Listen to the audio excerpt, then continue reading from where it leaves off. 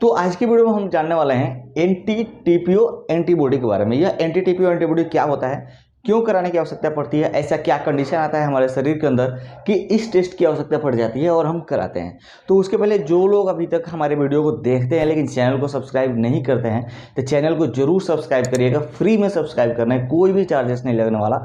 तो ऐसे जो भी वीडियो आती रहेगी आपको नोटिफिकेशन मिलेगा, उसके लिए नोटिफिकेशन को ऑन कर लेना और फिर अगर वीडियो पसंद आता है तो दोस्तों के साथ जरूर शेयर करना। चलिए हम चालू करते हैं। एंटी टीपीओ एंटीबॉडी, जो एंटी टीपीओ एंटीबॉडी होता है इसको हम एंटी थायराइड पेरोक्साइड बोलते हैं।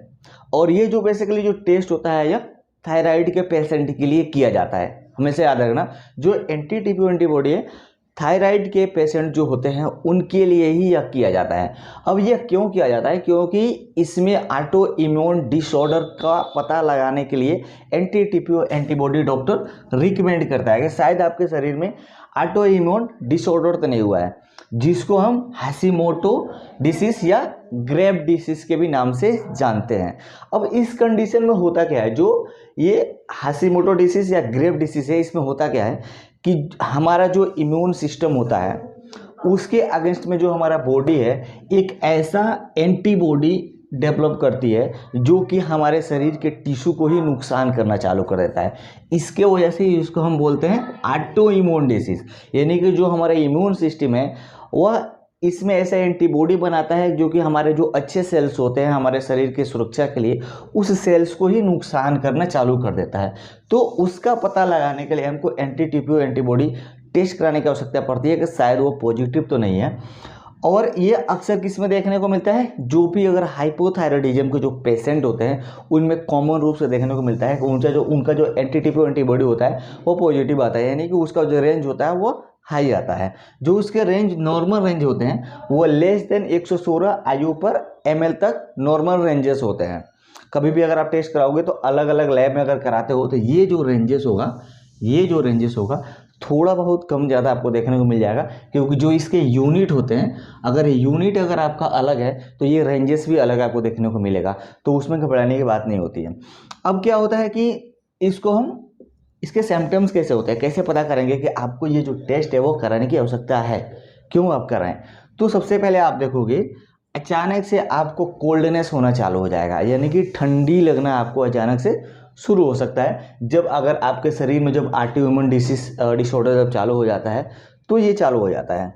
आप देखोगे अचानक से आपको जो सोने का जो टाइम होगा वो बढ़ जाएगा, यानी कि आपको हमेशा या ज़्यादातर आपको नींद लगेगा। जो अगर आप अमूमन आप स्वस्थ हो, अगर 7 आवर्स अगर आप सोते हो तो आपको 10 घंटे 12 घंटे सोने की आदत होने लगेगी। जो आपकी स्किन है वो डाई होने लगेगा, यानी कि रूखापन आना चालू हो जाएगा अगर एंटी टीपीओ एंटीबॉडी का जो रेंज है अगर आपके शरीर में अगर बढ़ जाता है तो। उसके बाद से आपके मसल्स में वीकनेस आ जाएंगे, यानी कि जगह जगह आपके दर्द भी होगा, वीकनेस हो जाएगा, कमजोरी महसूस होगा। आपके मसल्स में एक्ने आ जाएंगे, यानी कि उसमें ऐठन होना चालू हो जाएगा अगर एंटी टीपीओ एंटीबॉडी अगर बढ़ जाता है। और खास करके इसका जो थायराइड के जो पेशेंट है, ये हमेशा याद रखना, ये आम व्यक्ति की बात नहीं मैं कर रहा हूँ, जो थायराइड के पेशेंट है उसमें ये लक्षण दिखाई देगा। उसके बाद से जॉइंट पेन होना चालू हो जाएगा, चूंकि अभी डेंगू का सीजन चल रहा है। तो अगर स्वस्थ मनुष्य है या जिसको थायराइड नहीं, अगर उसको जॉइंट पेन है तो उसको ये टेस्ट कराने की जरूरत नहीं है, क्योंकि आप हमेशा याद रखना जो भी पेशेंट अगर हाइपोथायराइडिज्म का अगर पेशेंट है तो उनमें ये केस देखने को मिलता है, उस पेशेंट को ये टेस्ट कराने की आवश्यकता पड़ती है। आपको थकान होने लगेगा, यानी कि फैटिगो होने लगेगा, आपके जो हेयर है वो ड्राई सा, उसमें भी बालों में आपके रूखापन आ जाएंगे। उसके बाद से आप देखोगे आपको क्रोनिक नर्वसनेस होने लगेगा। तो ये सारे लक्षण आपको अगर दिखाई देता है, कोई व्यक्ति अगर हाइपोथायराइडिज्म का अगर व्यक्ति है जिसका थायराइड अगर हाई बना रहता है, तो उस व्यक्ति को यह टेस्ट कराने की आवश्यकता पड़ती है कि शायद आपका एंटी टीपीओ एंटीबॉडी का जो रेंज है वो हाई तो नहीं हो गया है। और अगर हाई होता है तो फिर उसके आधार पर डॉक्टर ट्रीटमेंट चालू करता है। तो उम्मीद करता हूँ ये वीडियो आपको समझ में आया होगा कि जो ये टेस्ट है वो किस लिए किया जाता है, किसको कराने की आवश्यकता पड़ती है, डॉक्टर कौन से ऐसे पेशेंट को ये रिकमेंड करता है। और ये जो जितने भी ये लक्षण मैंने बताए हैं ये सारे के सारे लक्षण एक हाइपोथायराइडिज्म के व्यक्ति में या जिसका अगर थायराइड ज़्यादा है, बढ़ा हुआ है, तो उसमें अगर ये लक्षण दिखता है तो उसको ये टेस्ट हाइपोथायराइडिज्म का जो टेस्ट होता है वह कराने की आवश्यकता पड़ती है।